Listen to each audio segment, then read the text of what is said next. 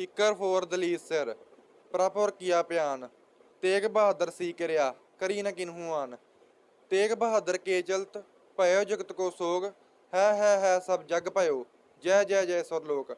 ਵਾਹਿਗੁਰੂ ਜੀ ਕਾ ਖਾਲਸਾ ਵਾਹਿਗੁਰੂ ਜੀ ਕੀ ਫਤਿਹ। ਅੱਜ ਅਸੀਂ ਪਹੁੰਚ ਚੁੱਕੇ ਹਾਂ ਧੰਨ ਸ਼੍ਰੀ ਗੁਰੂ ਤੇਗ ਬਹਾਦਰ ਸਾਹਿਬ ਜੀ ਦੇ ਸ਼ਹੀਦੀ ਸਥਾਨ ਗੁਰਦੁਆਰਾ ਸੀਸਗੰਜ ਸਾਹਿਬ ਦਿੱਲੀ ਵਿਖੇ। ਇਸ ਪਾਵਨ ਸਥਾਨ ਦੇ ਹੈਡ ਗ੍ਰੰਥੀ ਸਿੰਘ ਸਾਹਿਬ ਗਿਆਨੀ ਅੰਗਰੇਜ਼ ਸਿੰਘ ਜੀ ਸਾਡੇ ਨਾਲ ਮੌਜੂਦ ਨੇ। ਆਓ ਇਹਨਾਂ ਪਾਸੋਂ ਗੁਰਦੁਆਰਾ ਸੀਸਗੰਜ ਸਾਹਿਬ ਦੇ ਇਤਿਹਾਸ ਵਿਚਾਰ ਬਾਰੇ ਜਾਣਕਾਰੀ ਪ੍ਰਾਪਤ ਕਰਦੇ ਹਾਂ। ਗੁਰੂ ਜੀ ਕੀ ਫਤਿਹ। ਸਤਿਕਾਰਯੋਗ ਸਾਧ ਸੰਗਤ ਜੀ, ਦਾਸ ਭਾਈ ਅੰਗਰੇਜ਼ ਸਿੰਘ ਹੈਡ ਗ੍ਰੰਥੀ ਗੁਰਦੁਆਰਾ ਸੀਸਗੰਜ ਸਾਹਿਬ ਦਿੱਲੀ, ਜਿਸ ਜਗ੍ਹਾ ਤੇ ਧੰਨ ਗੁਰੂ ਤੇਗ ਬਹਾਦਰ ਪਾਤਸ਼ਾਹ ਮਹਾਰਾਜ ਜੀ ਨੇ ਆਪਣੇ 3 ਪਿਆਰੇ ਸਿੱਖਾਂ ਸਮੇਤ ਸ਼ਹੀਦੀ ਦੇ ਕੇ ਤਿਲਕ ਤੇ ਜੰਜੂ ਦੀ ਰਾਖੀ ਕੀਤੀ। ਅੱਜ ਆਪਾਂ ਇਸ ਪਾਵਨ ਸਥਾਨ ਦੇ ਇਤਿਹਾਸ ਬਾਰੇ ਆਪ ਜੀ ਦੇ ਨਾਲ ਵਿਚਾਰ ਸਾਂਝੀ ਕਰਾਂਗੇ। ਜਿਸ ਵੇਲੇ ਚੱਕਰਵਰਤੀ ਬਾਦਸ਼ਾਹ ਔਰੰਗਜ਼ੇਬ ਹਿੰਦੁਸਤਾਨ ਦੇ ਤਖਤ ਤੇ ਬੈਠਾ, ਉਹਨੇ ਗੈਰ ਮੁਸਲਿਮ ਧਰਮਾਂ ਦੇ ਉੱਪਰ ਜ਼ਬਰ ਜ਼ੁਲਮ ਕਰਨੇ ਸ਼ੁਰੂ ਕੀਤੇ। ਖਾਸ ਕਰਕੇ ਉਹਦਾ ਇੱਕ ਟੀਚਾ ਹੈ, ਉਹਦੀ ਇੱਕ ਸੋਚ ਹੈ ਕਿ ਜਿਤਨੀ ਵੀ ਹਿੰਦੂ ਪ੍ਰਜਾ ਇਸ ਦੇਸ਼ ਵਿੱਚ, ਉਹਨਾਂ ਨੂੰ ਸਾਰਿਆਂ ਨੂੰ ਇਸਲਾਮ ਵਿੱਚ ਲੈ ਕੇ ਆਂਦਾ ਜਾਵੇ। ਜਿਹੜੇ ਮੰਦਰ ਨੇ ਉਹ ਮਸੀਤਾਂ ਵਿੱਚ ਤਬਦੀਲ ਹੋ ਜਾਣ। ਜਿੱਥੇ ਲੋਕ ਰਾਮ ਰਾਮ ਕਹਿੰਦੇ ਨੇ, ਉਹਦੇ ਨਾਲ ਉਹਦੀ ਥਾਂ ਤੇ ਅੱਲਾਹੁ ਅਕਬਰ ਕਹਿਣੇ ਸ਼ੁਰੂ ਹੋ ਜਾਣ। ਇਸ ਦੇਸ਼ ਵਿੱਚ ਧਾਰਮਿਕ ਗ੍ਰੰਥ ਦੀ ਜੇਕਰ ਚਰਚਾ ਹੋਵੇ ਤੇ ਕੇਵਲ ਮੁਕੱਦਸ ਕੁਰਾਨ ਸ਼ਰੀਫ ਦੀ ਹੋਵੇ। ਧਾਰਮਿਕ ਸਥਾਨ ਜੇ ਕੋਈ ਹੋਵੇ ਤੇ ਉਹ ਮਸਜਿਦ ਹੋਵੇ, ਭਾਵੇਂ ਕਿ ਸਾਰੀ ਜਿਹੜੀ ਪ੍ਰਜਾ ਉਹ ਇਸਲਾਮ ਧਰਮ ਕਬੂਲ ਕਰ ਲੈ। ਇਹ ਸੋਚ ਕੇ ਉਹਨੇ ਬਹੁਤ ਵੱਡੇ ਪੱਧਰ ਤੇ ਪੂਰੇ ਦੇਸ਼ ਵਿੱਚ ਇਹ ਮੁਹਿੰਮ ਚਲਾਉਣ ਵਾਸਤੇ ਸਾਰੀ ਤਿਆਰੀ ਕੀਤੀ ਤੇ ਇਸ ਦਾ ਆਗਾਜ਼ ਉਹਨੇ ਕੀਤਾ ਕਸ਼ਮੀਰ ਤੋਂ। ਕਸ਼ਮੀਰ ਦਾ ਗਵਰਨਰ ਉਸ ਵੇਲੇ ਸ਼ੇਰ ਅਫਗਾਨ ਹੈ, ਜਿਹਨੂੰ ਹੁਕਮ ਹੋਏ ਤੇ ਉਹਨੇ ਔਰੰਗਜ਼ੇਬ ਦਾ ਹੁਕਮ ਪਾ ਕੇ ਹਿੰਦੂ ਲੋਕਾਂ ਤੇ ਜ਼ੁਲਮ ਕਰਨੇ ਸ਼ੁਰੂ ਕਰ ਦਿੱਤੇ।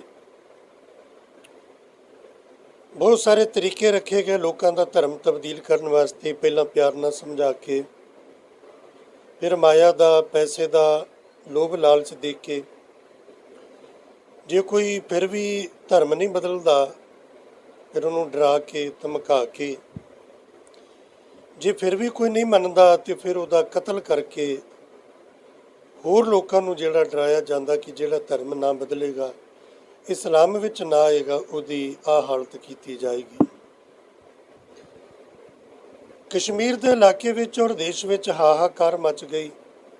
ਲੋਕ ਤਰਾਸ ਕਰਨ ਲੱਗੇ ਕਿ ਏਡਾ ਵੱਡਾ ਜ਼ੁਲਮ ਇੱਕ ਬਾਦਸ਼ਾਹ ਵੱਲੋਂ, ਰਾਜੇ ਵੱਲੋਂ, ਜਦੋਂ ਬਾਦਸ਼ਾਹ ਵੱਲੋਂ ਜ਼ੁਲਮ ਹੋ ਰਿਹਾ ਫਿਰ ਉਹਦੀ ਪੁਕਾਰ ਕੌਣ ਸੁਣੇਗਾ? ਕਿਸੇ ਹੋਰ ਵੱਲੋਂ ਕੋਈ ਧੱਕਾ ਹੋਵੇ ਤੇ ਰਾਜੇ ਦੇ ਦਰਬਾਰ ਜਾ ਕੇ ਮਨੁੱਖ ਪੁਕਾਰ ਕਰ ਸਕਦਾ, ਫਰਿਆਦ ਕਰ ਸਕਦਾ।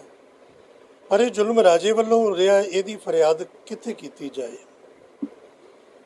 ਹਰ ਇੱਕ ਗੁਜ਼ਰਦੇ ਹੋਏ ਦਿਨ ਨਾਲ ਇਹ ਜ਼ੁਲਮ ਵੱਧਦਾ ਜਾ ਰਿਹਾ। ਦਿਨ ਬ ਦਿਨ ਹਿੰਦੂ ਲੋਕਾਂ ਦਾ ਕਸ਼ਮੀਰ ਵਿੱਚ ਜੀਣਾ ਬੜਾ ਦੁੱਭਰ ਹੁੰਦਾ ਜਾ ਰਿਹਾ। ਉਸ ਇਲਾਕੇ ਵਿੱਚ ਪੰਡਿਤ ਕਿਰਪਾ ਰਾਮ ਜੀ, ਜੋ ਸਤਿਗੁਰੂ ਜੀ ਦੀ ਮਿਹਰ ਬਖਸ਼ਿਸ਼ ਨਾਲ ਇਸ ਵੇਲੇ ਉਸ ਇਲਾਕੇ ਸਿੱਖੀ ਦਾ ਪ੍ਰਚਾਰ ਕਰਦੇ ਨੇ, ਉਹਨਾਂ ਦੇ ਰਾਹੀਂ ਬਹੁਤ ਸਾਰੇ ਕਸ਼ਮੀਰੀ ਪੰਡਿਤ ਨਾਲ ਇਕੱਠੇ ਹੋ ਕੇ ਇਹ ਅਨੰਦਪੁਰ ਸਾਹਿਬ ਆਏ। ਇਹਦੇ ਪਿੱਛੇ 2-3 ਤਰ੍ਹਾਂ ਦੀਆਂ ਹੋਰ ਵੀ ਇਤਿਹਾਸ ਵਿੱਚ ਗਾਥਾਵਾਂ ਆਉਂਦੀਆਂ ਨੇ, ਪਰ ਆਪਾਂ ਉਹਨਾਂ ਦਾ ਜ਼ਿਕਰ ਨਹੀਂ ਕਰਨਾ। ਸੰਖੇਪ ਵਿੱਚ ਬੇਨਤੀ ਕਿ ਇਹ ਮਹਾਰਾਜ ਜੀ ਦੇ ਕੋਲ ਆਏ। ਸੱਚੇ ਪਾਤਸ਼ਾਹ ਗੁਰੂ ਤੇਗ ਬਹਾਦਰ ਮਹਾਰਾਜ ਜੀ ਅਨੰਦਪੁਰ ਸਾਹਿਬ ਨੇ ਦੀਵਾਨ ਸਜਿਆ, ਇਹਨਾਂ ਕੇ ਦਰਸ਼ਨ ਕੀਤੇ, ਮੱਥਾ ਟੇਕਿਆ, ਬੈਠ ਗਏ। ਮਹਾਰਾਜ ਜੀ ਨੇ ਆਉਣ ਦਾ ਕਾਰਨ ਪੁੱਛਿਆ ਤੇ ਭੁੱਬੀ ਰੋ ਪਏ। ਮਹਾਰਾਜ ਜੀ ਨੇ ਕਿਹਾ ਰੋਂਦੇ ਕਿਉਂ? ਰੋਣ ਦਾ ਕਾਰਨ ਕੀ ਹੈ? ਇਹਨਾਂ ਨੇ ਆਪਣੀ ਸਾਰੀ ਵਿਥਿਆ ਰੋ ਰੋ ਕੇ ਮਹਾਰਾਜ ਜੀ ਨੂੰ ਬਿਆਨ ਕੀਤੀ। ਮਹਾਰਾਜ ਕਹਿੰਦੇ ਵੀ ਇਹ ਤਾਂ ਬਹੁਤ ਮਾੜੀ ਗੱਲ ਹੈ ਕਿਸੇ ਦੇ ਧਰਮ ਨੂੰ ਇਸ ਤਰ੍ਹਾਂ ਜਬਰੀ ਤਬਦੀਲ ਕਰਨਾ, ਲੋਭ ਲਾਲਚ ਦੇ ਕੇ ਜਾਂ ਡਰਾ ਕੇ ਧਮਕਾ ਕੇ, ਇਹ ਠੀਕ ਨਹੀਂ। ਇੰਨੀ ਦੇਰ ਨੂੰ ਗੋਬਿੰਦ ਰਾਏ ਜੀ ਗੁਰੂ ਦਰਬਾਰ ਵਿੱਚ ਆਉਂਦੇ ਨੇ। ਉਹ ਪੁੱਛਦੇ ਨੇ, ਪਿਤਾ ਜੀ ਕੌਣ ਹੈ? ਗੁਰੂ ਸਾਹਿਬ ਜੀ ਸਾਰੀ ਵਾਰਤਾ ਦੱਸਦੇ ਨੇ। ਫਿਰ ਕਹਿੰਦੇ, ਮਹਾਰਾਜ ਇਹਨਾਂ ਦੀ ਰਾਖੀ ਕਿਉਂ ਨਹੀਂ ਕਰਦੇ? ਆਪ ਜੀ ਇਹਨਾਂ ਦੀ ਰਾਖੀ ਕਰੋ। ਸਤਿਗੁਰੂ ਪਾਤਸ਼ਾਹ ਮਹਾਰਾਜ ਜੀ ਨੇ ਕਿਹਾ ਵੀ ਇਹਨਾਂ ਦੀ ਰਾਖੀ ਸੀਸ ਦਿੱਤੇ ਤੋਂ ਬਿਨਾਂ ਨਹੀਂ ਹੋਣੀ, ਕਿਉਂਕਿ ਮਹਾਰਾਜ ਜੀ ਸਾਰਾ ਕੁਝ ਜਾਣਦੇ ਸੀ। ਗੋਬਿੰਦ ਰਾਏ ਜੀ ਨੇ ਬੇਨਤੀ ਕੀਤੀ, ਮਹਾਰਾਜ ਵੀ ਜੇ ਆਪ ਜੀ ਦੇ ਇੱਕ ਦੇ ਸੀਸ ਦਿੱਤੇ ਆ, ਲੱਖਾਂ ਕਰੋੜਾਂ ਦਾ ਧਰਮ ਤੇ ਉਹਨਾਂ ਦਾ ਜੀਵਨ ਬਚੇ, ਤੇ ਫਿਰ ਇਹ ਸੌਦਾ ਜਿਹੜਾ ਕੋਈ ਮਹਿੰਗਾ ਨਹੀਂ।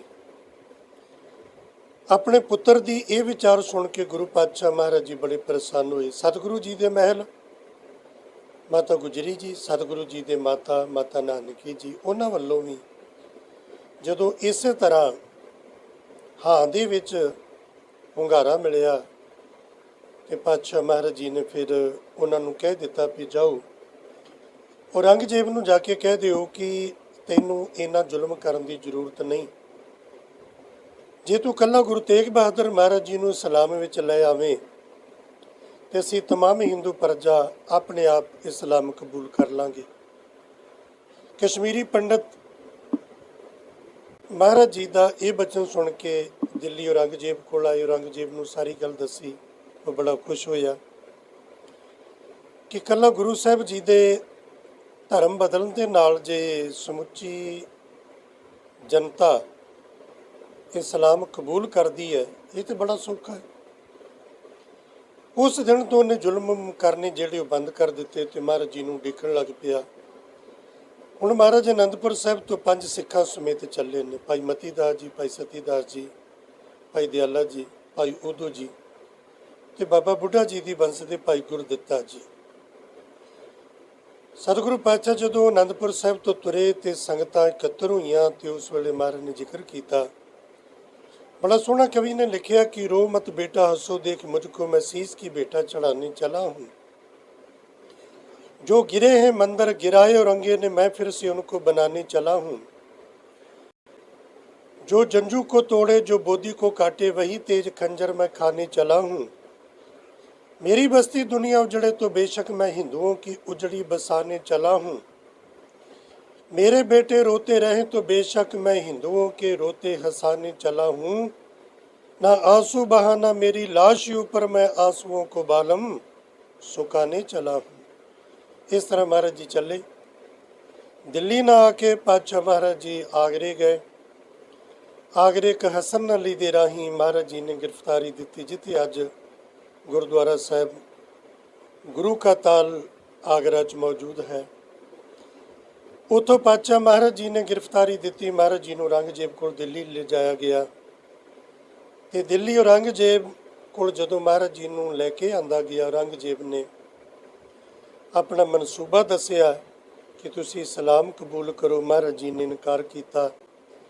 दूसरी गल करामाता दिखाओ, महाराज जी ने जो तो भी इनकार किया।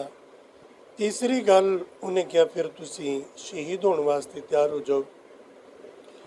महाराज कहते शहीदी दा ते सानू चाह है, सानू खुशी है। पलकर बड़े हुए हैं तेगों की छाव में हम खेल खेलते हैं। फांसी पे झूलते हैं जब से पता चला शहादत में ज़िंदगी है। सिर पे कफन बांध के कातिल को ढूंढते हैं। शहीदी दा सानू कोई डर नहीं, खौफ नहीं। असी हिंदू धर्म की रखिया वास्ते आए हैं। महाराज जी नू ये जवाब सुन के कैद कर दिता गया। 3 सिखां नूं नाल कैद कर दिता गया। अनेक तरह के तसीहे पिंजरे विच रहण ते आदत दे दिते गए। अखीर जदों उन्हां वेखिया भी महाराज जी किसी भी गल नाल सहमत नहीं, सब तो पहला भाई मती दास जी नूं आरे दे नाल चीर के शहीद किया। भाई सती दास जी नूं रूह विच लपेट के अग ला के शहीद किया। भाई दयाला जी नूं पानी की देग चों बाल के शहीद किया, जो गुरुद्वारा साहब के बार-बार ये महाराज जी के 3 प्यारे सिखां का शहीदी स्थान बनिया। अखीर गुरु तेग बहादुर पातशाह महाराज जी नूं काजी बहावदीन ने, जो गुरुद्वारा साहब के नाल ਸੁਨਹਿਰੀ ਮਸਜਿਦ ਹੈ, ਇੱਥੋਂ ਦਾ ਕਾਜੀ ਹੈ, ਉਹਨੇ ਮਹਾਰਾਜ ਜੀ ਨੂੰ ਫਤਵਾ ਜਾਰੀ ਕੀਤਾ। 11 ਨਵੰਬਰ 1675 ਨੂੰ ਚਾਂਦਨੀ ਚੌਕ ਇਸ ਸਥਾਨ ਤੇ ਥੱਲੇ ਬੋਹੜ ਦਾ ਦਰਖਤ ਹੈ, ਉਸ ਦਰਖਤ ਦੇ ਲਾਗੇ ਇੱਕ ਖੂਹ ਹੈ, ਖੂਹ ਤੋਂ ਮਹਾਰਾਜ ਜੀ ਨੇ ਇਸ਼ਨਾਨ ਕੀਤਾ ਔਰ ਬੋਹੜ ਦੇ ਹੇਠਾਂ ਮਹਾਰਾਜ ਥੜੇ ਤੇ ਬੈਠ ਗਏ। ਜਲਾਦ ਜਲਾਲੂਦੀਨ ਸਤਿਗੁਰੂ ਪਾਤਸ਼ਾਹ ਮਹਾਰਾਜ ਜੀ ਨੂੰ ਅਜੇ ਵੀ ਡਰਾਉਣਾ ਚਾਹੁੰਦਾ, ਉਹ ਕਿਰਪਾਨ ਦਾ ਡਰ ਦਿਖਾ ਕੇ ਕਿ ਮਹਾਰਾਜ ਅਜੇ ਵੀ ਸਲਾਮ ਕਬੂਲ ਕਰ ਲੈਣ। ਪਰ ਸਤਿਗੁਰੂ ਸੱਚੇ ਪਾਤਸ਼ਾਹ ਮਹਾਰਾਜ ਜੀ ਜਿਹੜੇ ਅਡੋਲ ਨੇ, ਮਹਾਰਾਜ ਜੀ ਨੇ ਖੂਹ ਤੋਂ ਇਸ਼ਨਾਨ ਕਰਕੇ ਜਪਜੀ ਸਾਹਿਬ ਦਾ ਜਾਪ ਕੀਤਾ। ਜਪਜੀ ਸਾਹਿਬ ਦਾ ਜਾਪ ਸੰਪੂਰਨ ਹੋਣ ਤੋਂ ਬਾਅਦ ਜਲਾਦ ਜਲਾਲੂਦੀਨ ਨੇ ਤਲਵਾਰ ਦਾ ਵਾਰ ਕੀਤਾ, ਮਹਾਰਾਜ ਜੀ ਦਾ ਸੀਸ ਧੜ ਤੋਂ ਜੁਦਾ ਹੋ ਗਿਆ। ਸਤਿਗੁਰੂ ਜੀ ਦੇ ਸੀਸ ਨੂੰ ਭਾਈ ਜੈਤਾ ਜੀ ਬੜੇ ਅਦਬ ਸਤਿਕਾਰ ਔਰ ਬਹੁਤ ਬਹਾਦਰੀ ਦੇ ਨਾਲ ਇੱਥੋਂ ਸੰਭਾਲ ਕੇ ਮੰਜ਼ਲਾਂ ਤੈਅ ਕਰਦੇ ਹੋਏ ਕੀਰਤਪੁਰ ਸਾਹਿਬ, ਅਨੰਦਪੁਰ ਸਾਹਿਬ ਪਹੁੰਚ ਜਾਂਦੇ ਨੇ। ਮਹਾਰਾਜ ਜੀ ਦੇ ਸੀਸ ਦਾ ਸੰਸਕਾਰ ਉੱਥੇ ਹੁੰਦਾ ਹੈ ਤੇ ਮਹਾਰਾਜ ਜੀ ਦਾ ਧੜ ਭਾਈ ਲੱਖੀ ਸ਼ਾਹ ਨਜ਼ਾਰਾ ਜੀ ਆਪਣੇ ਰੂਹ ਵਾਲੇ ਗੱਡਿਆਂ ਵਿੱਚ ਲੁਕੋ ਕੇ ਇੱਥੋਂ ਆਪਣੇ ਨਗਰ ਰਕਾਬਗੰਜ ਸਾਹਿਬ ਲੈ ਜਾਂਦੇ ਨੇ। ਉੱਥੇ ਆਪਣੇ ਘਰ ਵਿੱਚ ਮਹਾਰਾਜ ਜੀ ਦੇ ਧੜ ਦਾ ਬੜੇ ਅਦਬ ਨਾਲ ਸੰਸਕਾਰ ਕਰਦੇ ਨੇ, ਜਿੱਥੇ ਗੁਰਦੁਆਰਾ ਸਾਹਿਬ ਰਕਾਬਗੰਜ ਸਾਹਿਬ ਮੌਜੂਦ ਹੈ।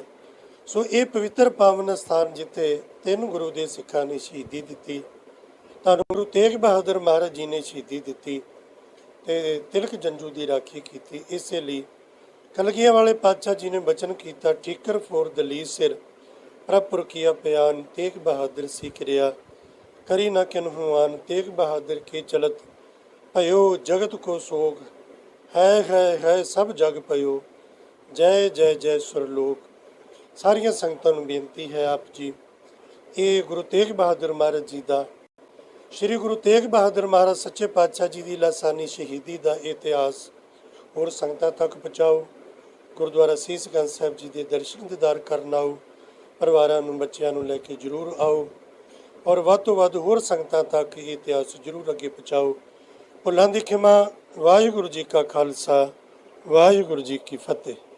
ਸੋ ਸਿੰਘ ਸਾਹਿਬ ਗਿਆਨੀ ਅੰਗਰੇਜ਼ ਸਿੰਘ ਜੀ ਦਾ ਬਹੁਤ ਬਹੁਤ ਧੰਨਵਾਦ ਕਿ ਉਹਨਾਂ ਨੇ ਆਪਣਾ ਕੀਮਤੀ ਸਮਾਂ ਕੱਢ ਕੇ ਸਾਨੂੰ ਗੁਰਦੁਆਰਾ ਸੀਸਗੰਜ ਸਾਹਿਬ ਦੇ ਇਤਿਹਾਸ ਵਿਚਾਰ ਬਾਰੇ ਜਾਣਕਾਰੀ ਦਿੱਤੀ ਹੈ ਅਤੇ ਆਪ ਸਭ ਸੰਗਤਾਂ ਦੇ ਸਹਿਯੋਗ ਨਾਲ ਸਾਡੇ ਚੈਨਲ ਤੇ 2500 ਸਬਸਕ੍ਰਾਈਬਰਸ ਹੋ ਚੁੱਕੇ ਹਨ।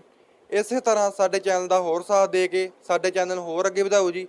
ਜੋ ਅਸੀਂ ਗੁਰਦੁਆਰਾ ਸੀਸਗੰਜ ਸਾਹਿਬ ਦੇ ਇਤਿਹਾਸ ਵਿਚਾਰ ਦੀ ਵੀਡੀਓ YouTube ਤੇ ਅਪਲੋਡ ਕਰ ਰਹੇ ਹਾਂ, ਇਸ ਨੂੰ ਵੱਧ ਤੋਂ ਵੱਧ ਸ਼ੇਅਰ ਕਰੋ ਤਾਂ ਜੋ ਹੋਰ ਸੰਗਤਾਂ ਤੱਕ ਵੀ ਇਹ ਸਾਡੀ ਵੀਡੀਓ ਪਹੁੰਚ ਸਕੇ। ਅਤੇ ਗਿਆਨੀ ਅੰਗਰੇਜ਼ ਸਿੰਘ ਜੀ ਦਾ ਜੋ ਫੇਸਬੁੱਕ ਪੇਜ ਹੈ ਉਹ ਅਸੀਂ ਇਸ ਵੀਡੀਓ ਦੇ ਡਿਸਕ੍ਰਿਪਸ਼ਨ ਦੇ ਵਿੱਚ ਦੇ ਦੇਵਾਂਗੇ, ਉਸ ਨੂੰ ਜਾ ਕੇ ਆਪ ਜੀ ਨੇ ਫੋਲੋ ਕਰਨਾ ਹੈ ਅਤੇ ਗੁਰਦੁਆਰਾ ਸੀਸਗੰਜ ਸਾਹਿਬ ਤੋਂ ਡੇਲੀ ਕਥਾ ਸਰਵਣ ਕਰੋ। ਗਿਆਨੀ ਅੰਗਰੇਜ਼ ਸਿੰਘ ਜੀ ਦੇ ਫੇਸਬੁੱਕ ਤੋਂ ਪੇਜ ਨੂੰ ਲਾਈਕ ਕਰਕੇ, ਫੋਲੋ ਕਰਕੇ ਅੱਗੇ ਵੀ ਕਥਾ ਸ਼ੇਅਰ ਕਰਿਆ ਕਰੋ ਤਾਂ ਜੋ ਕਥਾ ਵਿਚਾਰ ਅੱਗੇ ਵੀ ਸੰਗਤਾਂ ਤੱਕ ਪਹੁੰਚ ਸਕੇ। ਵਾਹਿਗੁਰੂ ਜੀ ਕਾ ਖਾਲਸਾ, ਵਾਹਿਗੁਰੂ ਜੀ ਕੀ ਫਤਿਹ।